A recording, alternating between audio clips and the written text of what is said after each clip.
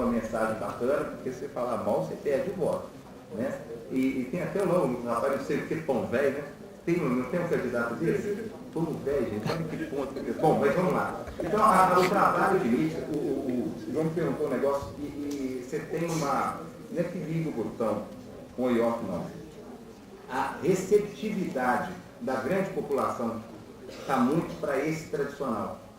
É difícil você romper essa percepção. Atualmente nós estamos fazendo um palanque eletrônico, lá em Muriaé, então para o carro, monta um telão, etc. Está começando a dar efeito. Isso é um diferencial. Nós estamos investindo muito em site, mas o site não está tendo tanto retorno quanto a gente esperava, mas você tem que ter. Não ter é pior do que ter. Eu achava que o retorno do site ia ser muito maior.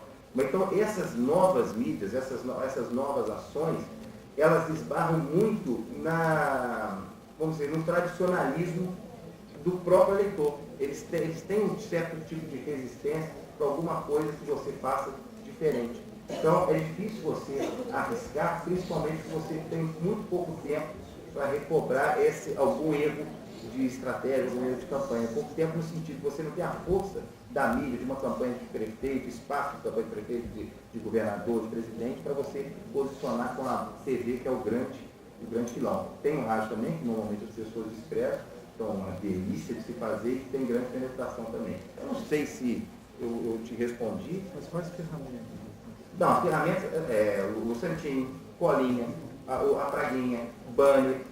Nós estamos fazendo agora palanque eletrônico, o site, nós estamos colocando uma placa no canteiro, não foi não, é onde pode. Aliás, isso eu faço questão, mas isso eu faço questão mesmo. Não vem com esse negócio de fazer coisa errada, falar mentira em discurso, sabe, assim, não tem necessidade de você fazer isso, falar mal dos outros. O eleitor não quer ficar vendo sangue escorrer, briga, não quer mesmo. Fala bem ao invés de falar mal. Isso é um posicionamento meu e graças a Deus e as escolhas, né, que a gente faz, os candidatos respeitam muito isso. Né? Mas as ferramentas são muito tradicionais para deputado. Só que o sapato tem que ser bom mesmo. Tem que andar e tem que ir a muitas cidades. A grande dificuldade que a gente está tendo é porque os dois candidatos, né, que é o Braulio Braz, deputado estadual, e o Renzo Braz, que é deputado federal, a grande dificuldade mesmo, porque eles têm uma capilaridade muito grande, fazer com que eles fiquem em Muriaé agora. Porque existe uma demanda muito grande nas outras cidades para que eles visitem. E é importante a visita, só que você não tem tempo hábil para fazer. Então esse é o nosso grande desafio mesmo, equilibrar a agenda para que ele consiga visitar as mais importantes, as mais interessantes, para fazer valer essa mídia tradicional que a gente faz. Certo? Não, até para que a gente tenha o contraditório sempre bem-vindo, né? O que eu chamo de hipermediático? Por exemplo, nesses dois exemplos que você deu, Sérgio, imaginar que isso é invenção. O Duda Mendonça cansou de dizer, eu não inventei Lula nenhum, eu tirei o Lula simpático que eu conhecia atrás das câmeras e coloquei ele na frente das câmeras. Ou seja, não é um ato de comunicação descolado de alguma coisa que lá estava. O primeiro programa da Dilma, do João Santana, havia a percepção por pesquisa de que 20% dos eleitores do Serra no Nordeste achavam que o Serra era candidato do governo e não a Dilma. A Dilma era muito desconhecida. Qual foi o objetivo daquela estrutura discursiva e visual presente pelo programa, dela falando do Chuí, o Lula do Oiapoque, os dois cruzando o Brasil?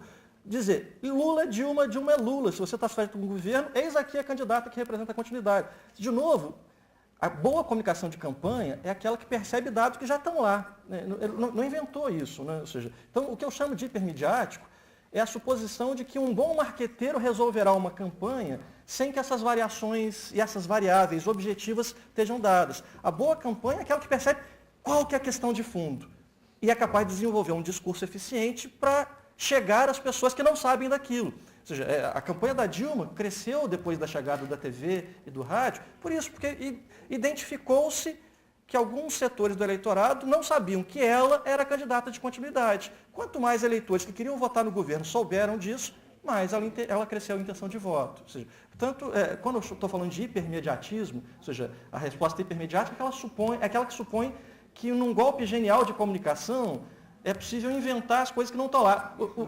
O Duda Mendonça não inventaria o Lulinha Paz e Amor se não houvesse uma porção Lulinha Paz e Amor no Lula. Não seria sustentável mantê-lo num discurso descolado, né? Claro. Quem que colocou esse Lula, quem percebeu esse Claro, Lula que ninguém conhecia? é a comunicação que tem esse papel, né? É isso, então, claro. Esse é o sentido. Claro. Eu estou querendo dizer que, se não ficou claro, é bom você ter essa observação. É que, se não fosse o Duda, que eu achei genial o trabalho dele, o trabalho é genial. Se não fosse ele, a gente não conheceria o Lula. Mas é que o senso comum, por vezes, imagina que basta um Duda Mendonça para que as coisas aconteçam. Né? Na verdade, o hipermediatismo supõe isso.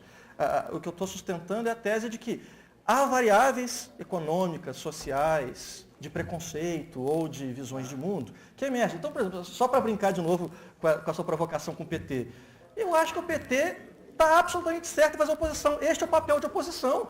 Ridículo é uma oposição que sequer assume-se como tal. Oposição para dizer não. Porque existe um setor da sociedade que não concorda com aquilo que está sendo feito no governo. Talvez o mau desempenho do Serra signifique que ele não foi oposição suficientemente forte, quando devia ter sido. Ou seja, o PT disse não à Constituição de 88, porque se o PT era contra grande parte das medidas ali aprovadas, tinha que dizer não. O PT em 89, e aí de novo, são as nossas preferências pessoais. Eu preferi o de 89. Votei com muito gosto do 89 e com muito contragosto do 2002. Eu preferi o de 89, porque eu acho que democracia supõe alternativas.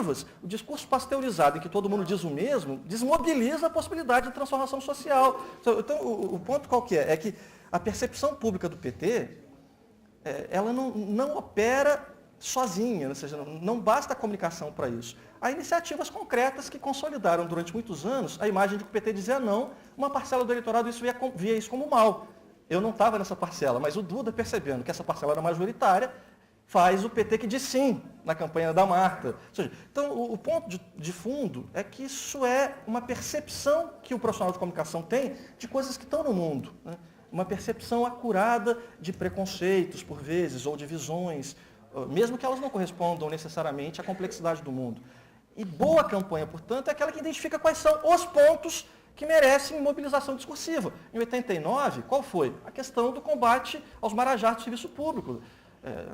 O tema na Globo antes, ou seja, o pessoal da Caceta até brinca que o jingle da campanha do Collor tinha que ser eu caçador de mim. Mas o ponto de fundo este foi o tema da campanha. Do mesmo jeito que em 94, a campanha girou em torno de um eixo temático, plano real, estabilidade econômica. Fernando Henrique temia não se eleger sequer deputado federal um pouco antes, ou seja, o plano real é o tema de campanha. Em 98, o tema de campanha de fundo é o risco da estabilidade econômica se perder. Em 2002, o tema de campanha de fundo chegou a hora de experimentar o novo, da ideia da esperança vencer o medo. Em 2006, o tema de campanha era o Lula, que é o presidente com a cara do povo, onde o povo é presidente. Ilustrado em todas as peças publicitárias, inclusive na bela foto de campanha, que era um menininho negro nos ombros do pai, em dorso nu, colocando a mão na cabeça do Lula encharcado de suor.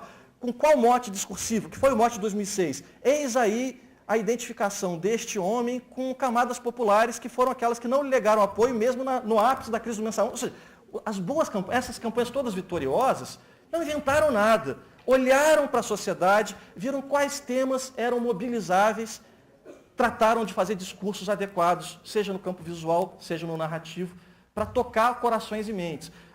E aí eu sei que não foi isso que você disse, né? Mas esse é o sentido mesmo dessa comunicação, do poder que tem o marketing. O Serra não consegue fazer isso. O pessoal do Serra, eu acho que a campanha do Serra... Aqui eleitores do Serra é legítimo que os haja. O que eu quero dizer é que às vezes o ambiente universitário cria situações... Qual que é o mote do Serra? Não tem, né? Num dado momento, de tarde, o governo é o fim do mundo. De noite, o Lula está lá. Eu vou ser capaz de continuar o legado do governo federal. Não tendo mote, você não consegue nem posicionar junto àqueles que não gostam do governo. E há muitos eleitores que não gostam do governo. Se consumar uma derrota, o Serra terá perdido melhor se fizer uma campanha de oposição do que queremos ser uma meia oposição que acaba não sendo. Ou seja, certamente haverá ganhos políticos para o PSDB se ele fizer um discurso tal como a oposição deve fazer. Este governo é ruim, sou contra ele. Ficar escamoteando essa relação é o pior dos cenários, porque aí o cara de oposição acaba preferindo votar na Marina. Ou seja, a melhor peça do Serra foi involuntária, foi o Serra comedor. Vocês já viram? Um gaiato pegou um trechinho de uma peça do Serra que ele fala, não, porque como você como a sua mãe, como a sua mulher, que eu conheci também, como a Dona Maria, e aí colocou no YouTube só aquele trechinho e intitulou Serra come todo mundo. A campanha do Serra é má comunicação, por quê? Porque não tem um mote, né? Você concorda que tudo que nós estamos falando aqui é mídia? Sim. Então, assim, o grande lance é que o voto é totalmente influenciado por mídia. É claro que você tem uma coisa permeando ali essa... É isso. Assim, a população está querendo alguma coisa. É isso. Ela está querendo ouvir alguma coisa do Serra, que o pessoal do marketing do Serra não disse. Eu concordo plenamente com você. Isso aí, eu só queria completar. A força da mídia, por exemplo. Quem lembra o debate Lula e Alckmin logo no início do segundo turno? Que o Alckmin baixou uns livros lá, o santo meio, e soltou os cachorros, o Alckmin pitbull, picolé de chuchu, colocou sal, o picolé lá. Alguém lembra disso? Vocês não lembram disso, não? Aí, o que acabou? O Alckmin teve menos votos. 2 milhões de votos a menos no segundo turno. No segundo turno, olha que loucura. Erro estratégico.